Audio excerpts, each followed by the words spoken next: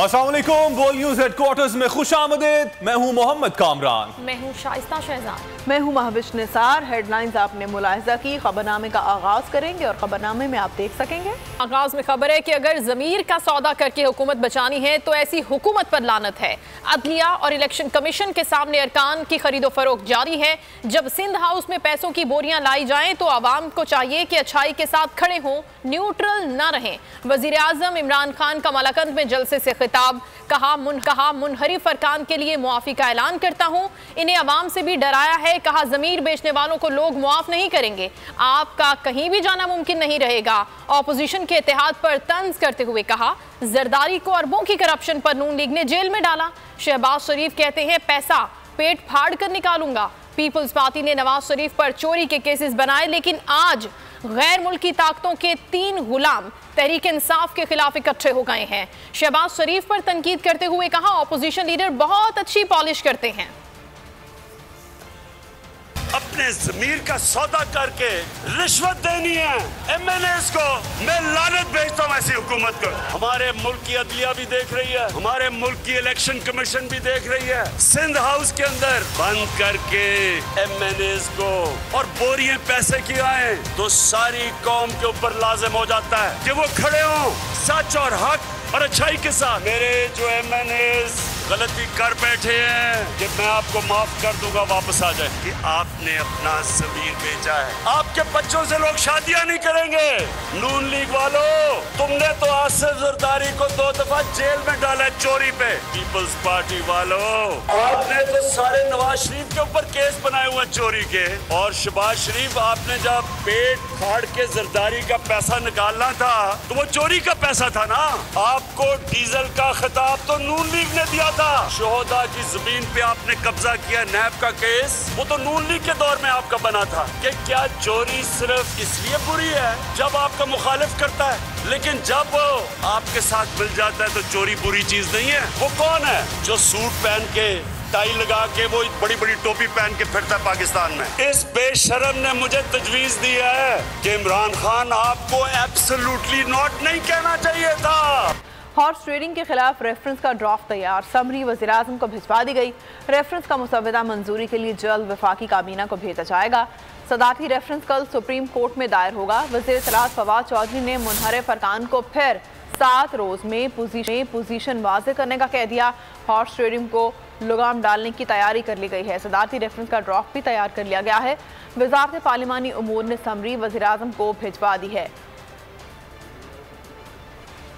Horse trading को लगाम डालने की तैयारी। सदारती रेफरेंस का ड्राफ्ट तैयार। वज़ारत पार्लिमानी उमूर ने समरी वज़ीर आज़म को भिजवा दी। रेफरेंस सुप्रीम कोर्ट में दायर करने से कबल वफाकी काबीना से मंजूरी ली जाएगी। काबीना डिवीजन रेफरेंस की मंजूरी के लिए सर्कुलेशन समरी वफाकी वज़रा को इरसाल करेगा। वफाकी काबीना की मंजूरी के बाद सदारती रेफरेंस सुप्रीम कोर्ट में दायर होगा। दूसरी जानिब तहरीक इंसाफ ने मुनहरिफ अरकान को शो कॉज नोटिस जारी कर दिए। 7 रोज में पोजीशन वाजे करें वरना ताहियात नाअहल होंगे। वजीर इत्तलात फवाद चौधरी ने ट्विटर बयान में कहा कि 1 हफ्ते के बाद इनकी नशिस्तों को खाली करार देने की कार्रवाई होगी। मखसूस नशिस्तों पर भी नए मेंबरान नामजद किए जा रहे हैं। और दूसरी जानिब ऑपोजिशन की धमकी धरी की धरी रह गई। स्पीकर ने 21 के बजाय 25 मार्च को कौमी असम्बली का इजलास तलब कर लिया। इजलास ऑपोजिशन की जानिब से जमा करवाई गई रिक्विजिशन पर तलब किया गया है। हुक्मनामे में ताखीर की वजह ऐवान में OIC इजलास करार दिया गया है। वजीर आजम इमरान खान के खिलाफ तहरीक अदम एतमाद पेश की जाएगी।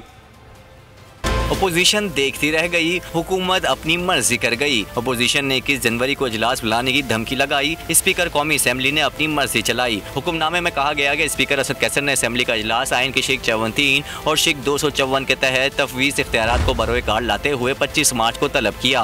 कौमी असेंबली ने OIC वज़रा ख़ारजा इजलास के कौमी असेंबली हॉल में इनेकाद के लिए 21 जनवरी को करारदाद मंजूर की थी। ये इजलास 22 और 23 मार्च को होगा। इजलास की रिक्विजिशन मिलते ही सेनेट सेक्रेटेरिएट से सेनेट हॉल देने की दरख्वास्त की गई। सेनेट सेक्रेटेरिएट ने भी हॉल की तज़ीन और आराइश के बायस चैम्बर देने से इनकार कर दिया। चैम्बर में CDA और डिप्टी कमिश्नर इस्लामाबाद को भी कौमी असेंबली इजलास मुनक्किद कराने के लिए कोई मौजूद जगह तलाश करने का कहा गया। डिप्टी कमिश्नर और चेयरमैन CDA ने भी तहरीरी तौर पर कौमी असेंबली इजलास के लिए कोई मौजूद जगह न होने से तहरीरी तौर पर आगाह किया। तमाम हालात व वाक़यात का जायजा लेने के बाद कौमी असम्बली का इजलास 25 मार्च को बुलाने का फैसला किया। कौमी असम्बली का इजलास आगे बढ़ाने पर बिलावल भुट्टो ने सुप्रीम कोर्ट जाने का ऐलान कर दिया। कहते हैं स्पीकर 14 दिन में असम्बली इजलास बुलाने का पाबंद है, लेकिन इमरान खान के कहने पर आइन की खिलाफ वर्जी की गई। बुज़दिल कप्तान अदम एतमाद के वोट से भाग रहा है। जो कप्तान जीतने वाला वो भागता नहीं है। इल्जाम लगाया कि हुकूमत की कोशिश है कि इदारे न्यूट्रल ना रहें। इमरान खान ने न्यूट्रल को जानवर कहने पर मुआफ़ी नहीं मांगी। इस्लामाबाद में प्रेस कॉन्फ्रेंस में कहा सिंध हाउस पर हमला विफाक पर हमला है। धावा बोलने वालों के खिलाफ दहशतगर्दी का मुकदमा दर्ज होना चाहिए। This is not up to the speaker. आईने पाकिस्तान कहता है कि 14 डेज पे उसने सेशन बुलाना है। जो कप्तान जीतने वाला है वो तो मैच से नहीं भागता। ये बुज़दिल इमरान पहले दिन से अपना शिकस्त नजर आ रहा है और पहले दिन से वो हर कोशिश कर रहा है कि इस अमल से भागे। अगर उसको वायलेंस इस्तेमाल करना पड़े तो वायलेंस इस्तेमाल करे, मगर वो अगर नहीं खेल सकता तो वो किसी को नहीं खेलने देगा। हम इस शख्स को इस मुल्क की किस्मत के साथ नहीं खेलने देंगे। स्पीकर नेशनल असेंबली ने आईने पाकिस्तान पे अमल नहीं किया है। सुप्रीम कोर्ट ऑफ पाकिस्तान के सामने एक पिटीशन मौजूद है। चीफ जस्टिस ऑफ पाकिस्तान ने कल पॉलिटिकल पार्टीज को नोटिस भेजे हैं और मैं इस शख्स का प्रोपेगेंडा को बेनकाब करना चाह रहा हूँ। इस शख्स ने पार्लियामान पे हमला किया, लॉजेस पे हमला किया, तो इस शख्स ने सिंध हाउस के खिलाफ, उन मेंबर्स के खिलाफ एक प्रोपेगेंडा का मुहिम शुरू किया और झूठा इल्जाम लगा रहा है, आज तक लगा रहा है। जिम्मेदारों का एक फोन आया और आप 90 डिग्री के जाविये से लेट गए। कोई माई का लाल है, आकर ओआईसी कॉन्फ्रेंस में मुदाखलत करके तो दिखाए। उसकी चीखें आसमान तक पहुंचेंगी। वज़ीर दाखिला शेख रशीद ने खुला चैलेंज दे दिया। बिलावल को बचूमड़ा और शहबाज शरीफ को सीनियर सिटीजन करार देते हुए कहा वो धमकियां दे रहे हैं। बिलावल के सियासत के दूध के दांत टूटे नहीं। कोई हादसा हुआ तो रहनुमाओं के खिलाफ FIR दूंगा। उन्होंने कहा कि अरकान की खरीदारी के लिए सरे महल और स्विस अकाउंट्स का पैसा इस्तेमाल हो रहा है। बिलावल जो है वो जिसके अभी दूध के दांत नहीं टूटे सियासत में, वो कह रहा है कि हम धरना देंगे। शक्ल देखो अपनी, और OIC के खिलाफ देंगे आप। लानत है आप पे, 3 दफा लानत भेजता हूँ। जो OIC को नाकाम करने की कोशिश करता है वो साम्राज्य एजेंट है।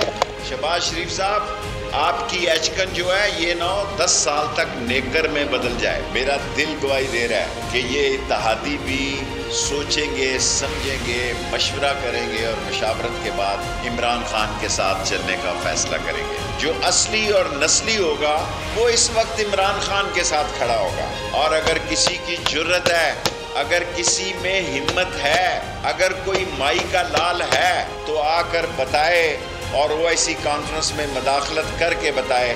मैं उसको बताऊंगा कि फिर उसका नतीजा क्या निकलेगा और उनकी चीखें आसमान तक सुनाई देगी। ये पाकिस्तान की सलामती का मसला है। एक फोन आया जिम्मेदारों का और आप 90 के जाविये से लेट गए जी। नहीं, हम तो साथ हैं, हम तो इसको कामयाब देखना चाहते हैं। अब बोलो ना, अगर हिम्मत है तो आकर बताओ OIC कॉन्फ्रेंस में आप। इमरान खान का एक तारीखी जलसा है और उसी दिन अपोजिशन भी पहुंचेगी। हम दोनों के करने के लिए तैयार हैं। और दूसरी जानिब प्रेस कॉन्फ्रेंस में बिलावल भुट्टो से शेख रशीद से मुतालिक भी सवाल हो गया। चेयरमैन पाकिस्तान पीपल्स पार्टी ने जवाब दिया कि वो शेख रशीद को इस काबिल ही नहीं समझते कि जवाब दें। हद तक वज़ीर का जिसका आपने मेंशन किया है, मैं तो उसका बयान सुनता नहीं हूँ और मैं समझता हूँ कि जो गटर की बातें हैं उनको गटर में ही रहना चाहिए। नून लीग ने स्पीकर को गद्दारी के मुकदमे की धमकी दे दी। शाहिद खाकान अब्बासी ने कहा अदम एतमाद को लटकाया नहीं जा सकता, सामना करना होगा। जो आइन के खिलाफ जाएगा आर्टिकल 6 का सामना करेगा। जमीर फरोशी से मुतालिक वजीर आजम की बातों का जवाब देते हुए हॉर्स ट्रेडिंग की तरदीद कर दी। बोले किसी ने वजारत मांगी, न किसी से कोई सौदा हुआ। इमरान खान चोरी के इलेक्शन से वजीर आजम बने, लेकिन कंटेनर से नहीं उतरे। इन्हें वही लोग निकालेंगे जिन्होंने मुंतखब किया था। वजीर आजम जल्द से करने लगे तो समझें आखिरी वक्त आ गया। एहसन इकबाल बोले हुकूमत अपनी नाकामी को देखकर मजहब कार्ड इस्तेमाल कर रही है। स्पीकर पहले दिन से जानिबदार था, आज भी जानबदारी का मुजाहरा कर रहा है। और मेरी उनसे दरख्वास्त है कि अगर आपको इज्जत की परवाह नहीं है, असम्बली के वकार की परवाह नहीं है, जो आइन तोड़ेगा वो चाहे स्पीकर हो, चाहे प्राइम मिनिस्टर हो, चाहे वजीर हो, कल आर्टिकल 6 का सामना करना पड़ेगा। लोग इक़्तिदार को छोड़कर अपोजिशन के साथ अदम एतमाद में शामिल होना चाहते हैं। उस शख्स से निजात के लिए जिसको उन्होंने वोट देकर बनाया था, उस अमल के लिए वो अपनी सीटें भी कुर्बान करने को तैयार हैं। और आज इस मुल्क में मनी लॉन्ड्रिंग की एक सबसे बड़ी और वाज़ेह मिसाल जो है वो फॉरेन फंडिंग केस है। अदम एतमाद को लटकाया नहीं जा सकता, आपको सामना करना होगा। वज़ीर आज़म साहब इस्लाम का नाम अपनी गंदी सियासत को बचाने के लिए इस्तेमाल कर रहे हैं कि आप चीनी माफियाज के जरिए अरबों रुपए गरीबों के लूटें। अमर बिल मारूफ का ये मतलब नहीं है कि आप आटे की स्मगलिंग से गरीबों के मुंह से आटा और रोटी छीन लें। सब्सक्राइब करें और बेल दबाएं ताकि कोई खबर रह न जाए।